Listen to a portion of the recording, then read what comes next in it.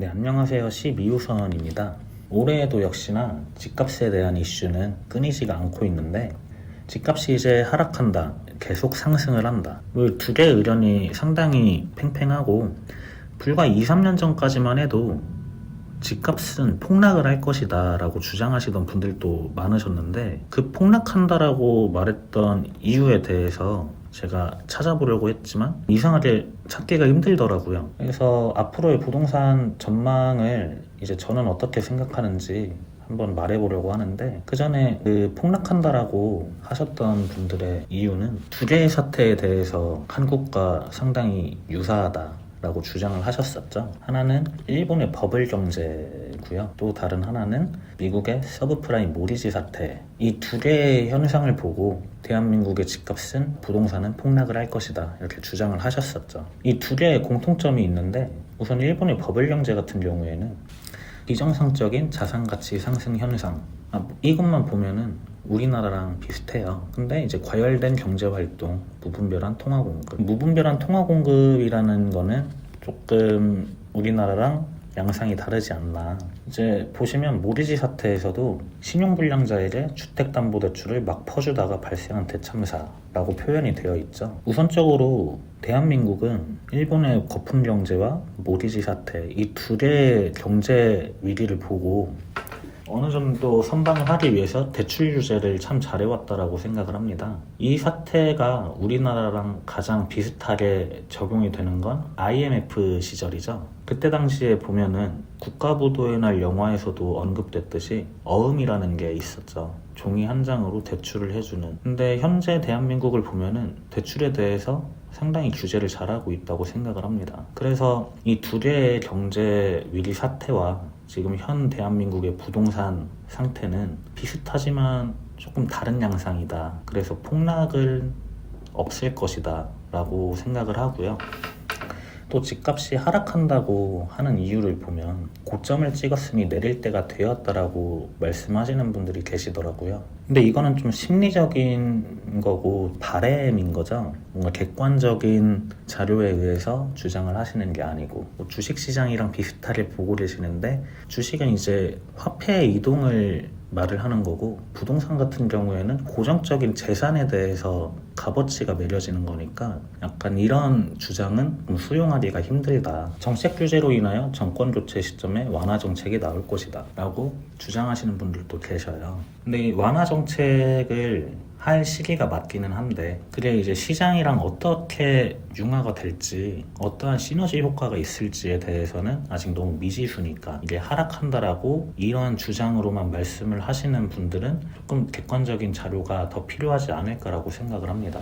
세금이 대폭 증가하여 버티지 못하고 파는 사람이 있을 것이다. 이거는 일부라고 생각을 해요. 일단 부동산을 보유를 하고 있다라고 하면은 그 자체가 부의 상징이기 때문에 무분별한 투기를 했던 다주택자들만 해당하는 상황이지 않을까. 근데 그런 다주택자들이 고가주택, 진짜 실수요자, 무주택자들이 거주를 하고 싶고 매매를 하고 싶어하는 집인지, 그런 이유에서도 차라리 그 집을 안 들어가고 전세나 월세로 임대를 하고 말지, 이런 식으로 생각하시는 분들이 더 많지 않을까라는 생각이고요. 3대 신도시 및 앞으로 쏟아져 나올 공급 물량, 공급이 많아지면은 수요가 없어지니까 집값은 이제 내려간다. 이거는 시장의 기본이기는 한데, 과연 이 공급 물량으로 하여금 얼마나 그 하락세를 유지를 할 수가 있을까? 지금 무주택자분들이 원하는 금액까지 내려갈 수 있는 파격 정책인가?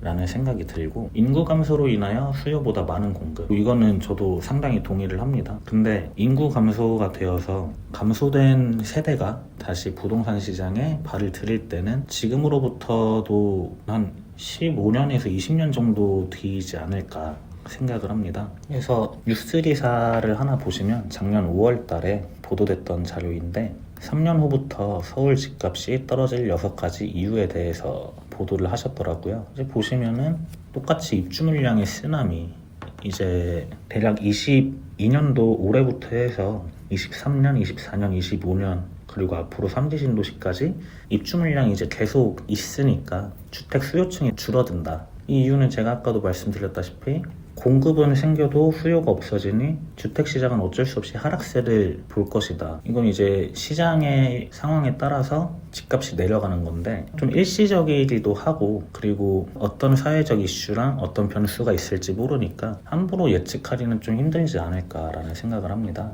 서울 정비사업이 완료되고 입주가 시작되면서 급증한 공급량은 아무래도 집값 떨어뜨릴 요인이 된다는 거죠. 근데 앞으로 바로 효과를 볼 수 있는 사업이 아니고 점차 시장의 흐름에 따라서 변동이 된다라는 거, 그리고 또 요인이 된다라는 거잖아요. 두 번째는 서울 경기에서 10년차, 11년차 부부의 감소인데, 10년차, 11년차의 부부가 대구매 시장에서 가장 큰 수요로 주목한다고 합니다. 그래서 인구수도 줄고 있으면서 혼인율도 줄고 있고, 그러다 보니까 2024년부터는 공급량이 많으면서도 또 실수요자가 없기 때문에 집값은 내릴 것이다 라고 주장을 하고 있는 거죠. 그리고 세 번째로는 대한민국의 가장 큰 호재죠. GTX 사업. A 노선이 25년도에 완공이 될 것이다 라고 예상을 하고 있는데, 대도시로 통근이 편해지면 그만큼 서울이 확장된다, 비슷한 효과다, 이렇게 말씀을 하시는데 저는 좀 여기에서 반대로 생각을 하는 게,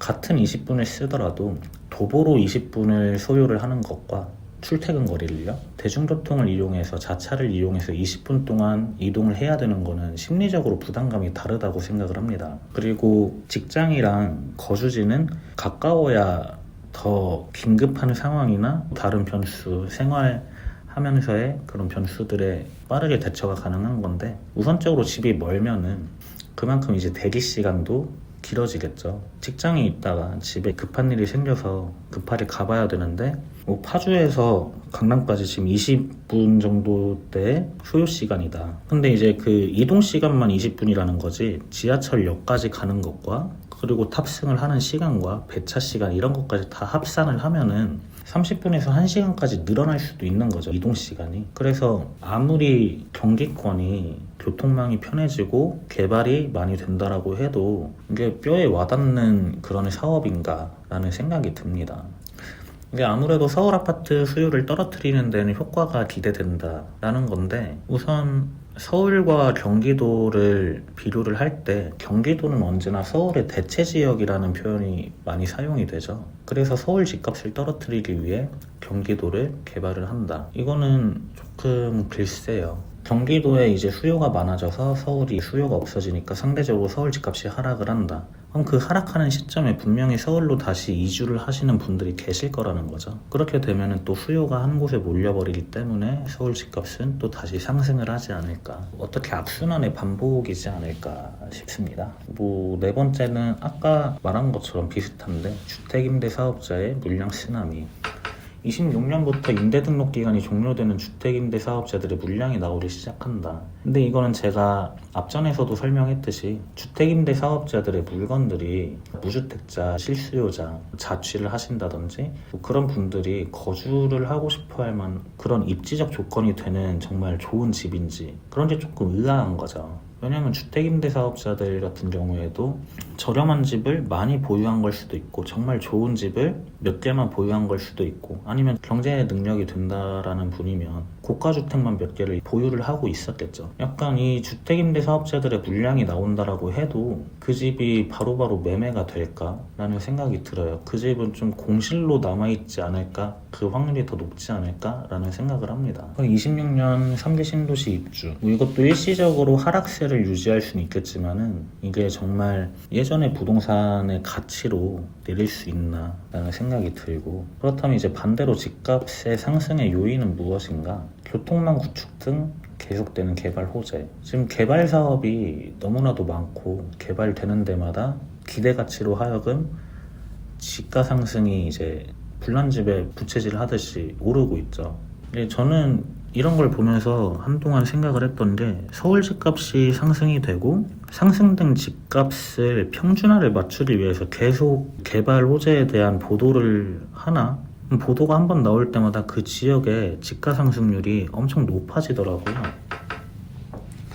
좀 음모론일 수도 있겠지만은 약간 그런 생각을 해봤습니다. 하여튼 지금은 광역철도망이라는 사업 때문에 개발 호재가 계속 생기고 있죠. 그리고 개발이 되면은 그 지역의 집가가 상승이 되고 가치가 올라간다. 그러니까 집값이 올라가고 또 그런 효과 때문에 개발은 계속 있을 거니까 집가는 꾸준히 상승할 것이다 라고 생각을 하는 거고, 갑작스러운 강력한 규제로 인하여 시장 반응, 이거는 이제 집값을 잡겠다, 투리를 근절시키겠다라는 정부의 정책에 의해서 이제 이론과 현실에 대한 타협점이 없었던 것 같아요. 정부에서 양도세를 강화시켜버리니까 다주택자들은 이제 배보다 배꼽이 더 커져버리면 팔지를 못하는 상황인 거죠. 왜냐하면 그동안 투자를 하고 유지하는 비용이 있었는데 오히려 세금으로 마이너스가 나게 생겼다. 그러면은 그냥 집을 보유를 하고 있어야겠다. 이런 식으로 돼서 정부와의 의도와는 반대로 되는 시장의 반응이 있었고, 그리고 부동산 시장 상승과 연관되어 있는 임대료야. 다주택자들이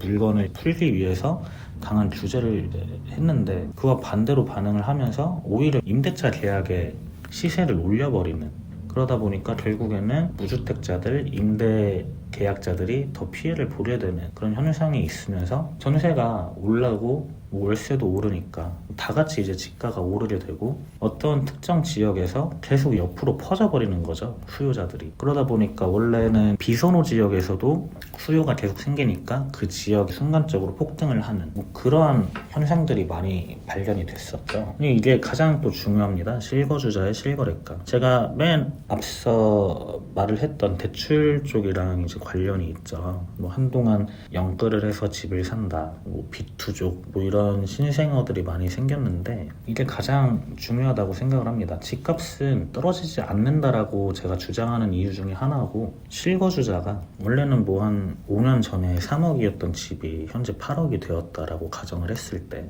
그 집을 한참 오르는 시기인 한 6억, 7억대쯤에 집을 샀어요. 사고 거주를 하고 있는데 지금 8억까지 오른 상태. 7억에서 8억은 거품이다라고 가정을 하면 수요 심리가 줄어들면서 집값이 내려가겠죠. 그러면서 이제 3억대 집을 매입을 했던 사람들은 5억 정도에 6억 정도에 매매를 해도 이득이니까 그렇게 매매하시는 분들은 있을 거예요. 근데 7억에 매입하는 사람들은 일단 안 팔고 그냥 두겠죠. 오히려 마이너스니까. 입장을 바꿔서 생각을 해보면은 제가 집을 샀는데 집값이 내렸다. 그러면은 이 집을 팔았을 때는 저는 오히려 이제 뱉어내야 될 돈이 더 많아지고 이사는 가야 되는데 그럼 내 현금 자금이 없어지는 거고, 그러니까 더더욱이 집을 안 팔게 되는 거죠. 그냥 그대로 두겠죠. 그리고 언젠간 수요층이 없어지고 또 매도의 시장이 온다라고 하면은 그때부터는 이제 그 7억에 매입했던 분들이 8억, 9억으로 다시 매매를 하는 그런 실거래가 계속 생겨나고, 그러니까 부동산 가치가 계속 상승할 수밖에 없는 가장 큰 이유이지 않을까. 그리고 오히려 7억에 매입을 했다가 조금 경제적으로 많이 힘들어져서 집을 경매에 내놓든 이러한 이유들로 있으면 은행 입장에서는 본인들이 빌려준 돈만 받으면 되는 것이기 때문에 엄청 저렴한 금액에 팔리겠죠. 누군가는 또 살 거고, 그리고 그 실수요자라든지 아니면 그 투리꾼이 다시 이제 매매를 할 때에는 집을 유지를 잘 하다가 결국에는 호가, 이제 아니면 실거래가, 집을 매매하는 그런 현상 때문에 집값은 계속 오르지 않을까라고 생각을 하고, 실거주의 실거래가로 인해서 가장 큰 영향을 받지 않을까라고 생각을 합니다. 이제 부동산원이라는 곳에서 통계 자료를 본 건데 15년도부터 21년 11월까지의 실거래가 지수에 대해서 이제 나타낸 거예요. 계속 이제 우상향을 보고 있고, 거저는 20년 하반기부터 갑자기 이제 폭등하는 듯한 그런 그래프이죠. 그리고 21년 11월, 작년 말이죠.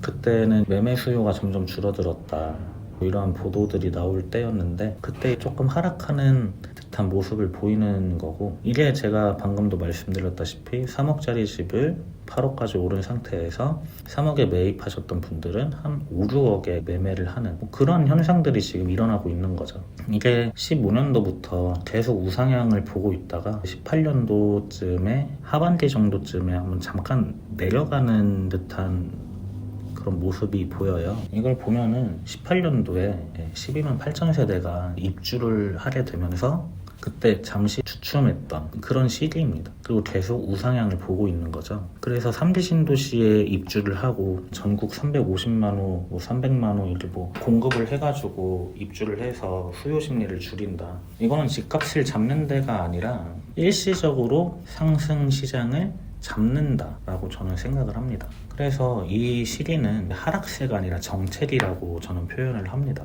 부동산 시장은 어쩔 수 없이 실거래가 있고 그 후에 다시 매매를 하면은 본인이 매매했던 금액보다는 더 가치를 인정을 받고 그 가치로 거래를 하고 싶어 하기 때문에 우하향 그래프가 나오기는 좀 힘들다라는 게 이제 제 생각이에요. 그래서 지금 집값이 하락한다라고 해도 일시적인 현상이다라고 말씀을 드리고 싶습니다. 상승을 할지 하락을 할지에 대해서 제 생각을 좀 정리를 해봤는데 제 말이 정답은 아니고 그렇다고 해서 일리가 없는 말도 아니니까 여러분들의 판단 하에 집을 언제 매입을 할지 언제 매각을 할지 이런 타이밍을 좀 잡으시는 데 도움이 되셨으면 합니다. 제가 앞전 영상에서도 말을 했지만 무주택자분들이 집을 매입을 하셔야 될 때에는 제가 계속 말하는 그 약간의 하락세를 보이는 시기에 이제 거래량이랑 관련이 있겠죠. 아니면은